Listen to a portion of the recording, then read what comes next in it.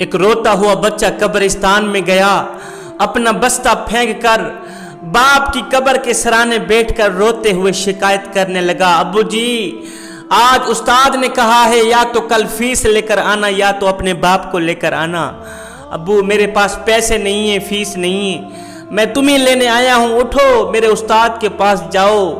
ان کے آگے ہاتھ باندھ کر فریاد کرنا، استاد جی میرا منا بڑا ہی غریب ہے، صبح کو کھاتا ہے شام کے لیے نہیں ہوتی، شام کو کھاتا ہے صبح کے لیے نہیں ہوتی، خدا را اللہ رسول کی رضا کے لیے میرے شہزادے کو پڑھایا کرو، میرے مننے سے فیس نہ مانگا کرو۔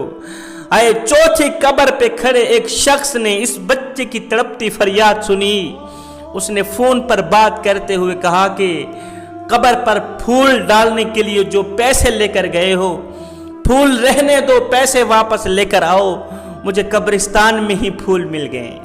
وہی پھولوں والے پیسے اس شخص نے بچے کے ہاتھ پہ رکھتے ہوئے کہا، بچے یہ پیسے تیرے باپ نے بھیجے ہیں۔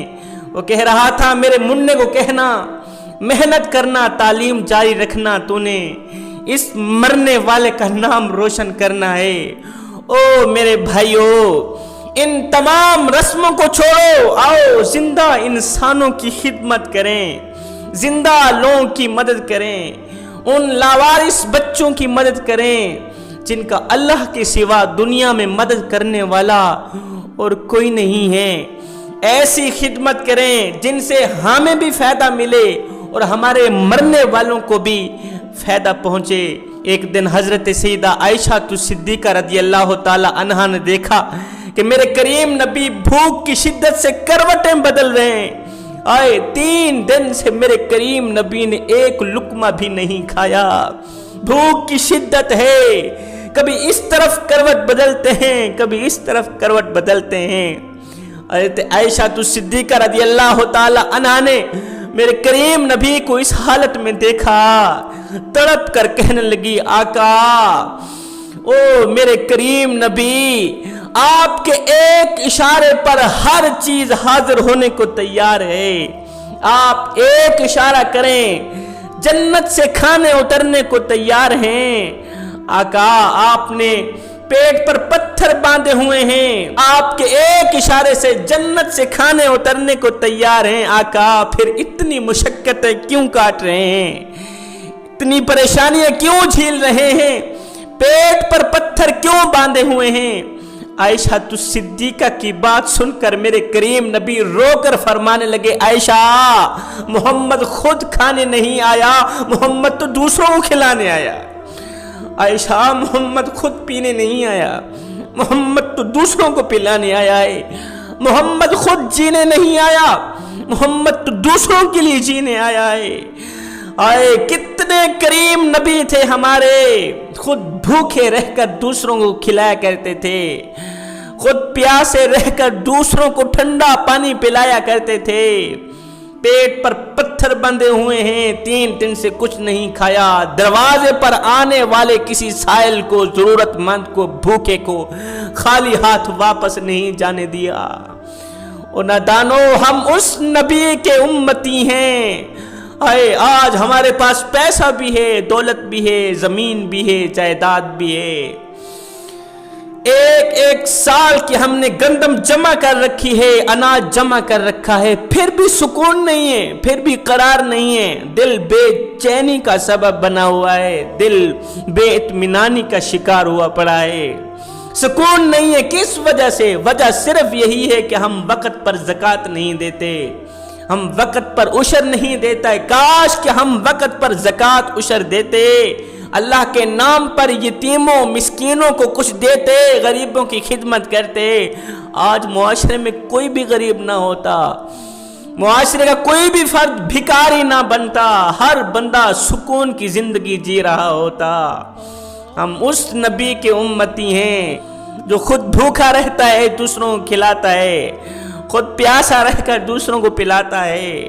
اور اتنی فکر کرنے والا کوئی مجھے دکھاؤ تو صحیح، اتنی محبت کرنے والا کوئی مجھے دکھاؤ تو صحیح، مجھے بتاؤ کوئی اتنا پیار کرنے والا بھی ملے گا جو کہے، اے میرے امتی کانٹا تیرے پاؤں میں چبھتا ہے، درد میں محمد کو ہوتا ہے۔ حضرت عمر بن عبدالعزیز گھر میں بیٹھے ہوئے ہیں، آپ کی بیوی آئی غمگین لہجے میں کہنے لگی، حضرت اگلے ہفتے کو عید آ رہی ہے، بچے نئے کپڑے طلب کر رہے ہیں، نئے کپڑے مانگ رہے ہیں۔ حضرت عمر بن عبدالعزیز نے اپنا سر جھکایا، اپنی بیوی کو کہا، اے خاتون تو جانتی ہے مجھے 1 ماہ بعد 200 درہم ملتے ہیں، جس سے گھر کے اخراجات بڑی مشکل سے پوری کرتا ہوں، مجھے بتاؤ نئے کپڑے لینے کے لیے پیسے کہاں سے لے کر آؤں؟ بیوی بولی، حضرت آپ بیت المال سے کچھ اٹھا کر دے دیں۔ فرمایا، ہرگز نہیں، یہ غریبوں کا مال ہے، یہ یتیموں کا مال ہے، یہ مسکینوں کا مال ہے، یہ عمر بن عبدالعزیز کے بچوں کا مال نہیں ہے۔ بیوی بولی، حضرت پھر آپ قرض اٹھا کر دے دیں، بیت المال سے قرض اٹھا کر دے دیں۔ حضرت عمر بن عبدالعزیز نے تھوڑی دیر کے لیے اپنا سر نیچے کیا، سوچتے سوچتے آنکھیں چھم چھم برسنے لگی۔ شاید یہی سوچ رہے ہوں گے کہ ایک وقت تھا، جوانی کا عالم تھا، جو لباس ایک بار پہنتا تھا دوسری بار نہیں پہنتا تھا، اتنی مہنگی خوشبو لگایا کرتا تھا کہ جس گلی سے گزرتا تھا 1 ماہ تک وہ گلی خوشبو سے معطر رہا کرتی تھی۔ حضرت عمر بن عبدالعزیز نے قلم اٹھایا، ایک کاغذ اٹھایا، خط لکھا بیت المال کے نگران کو، ملازم کو، کہا کہ مجھے 1 ماہ کی تنخواہ ایڈوانس دے دو، میں نے بچوں کے کپڑے لینے ہی، عید آ رہی۔ ملازم نے جوابی خط میں لکھا، حضرت آپ پہلے یہ لکھ کر دیں کہ اگلے مہینے تک آپ زندہ بھی رہیں گے یا نہیں، پہلے مجھے یہ بتائیں کہ اگلے ماہ تک آپ قرض تو لے رہے ہیں، ایڈوانس تو لے رہے ہیں، پہلے یہ لکھ کر دیں کہ آپ اگلے مہینے تک زندہ رہیں گی بھی صحیح یا نہیں۔ یہ پڑھتے ہی حضرت عمر بن عبدالعزیز کی چیخ نکل گئی، رونے لگے۔ حضرت عمر بن عبدالعزیز نے کیا کیا؟ بچوں کی خواہش کو پورا کرنے کے لیے رات کو آپ نے اپنے چہرے کو کپڑے سے ڈھانپا، کپڑے سے اپنا پورا چہرہ ڈھانپ کر محل سے باہر نکلے، دور چلے گئے، دیکھا کچھ مزدور ہیں، مزدوری کر رہے ہیں، کما رہے ہیں۔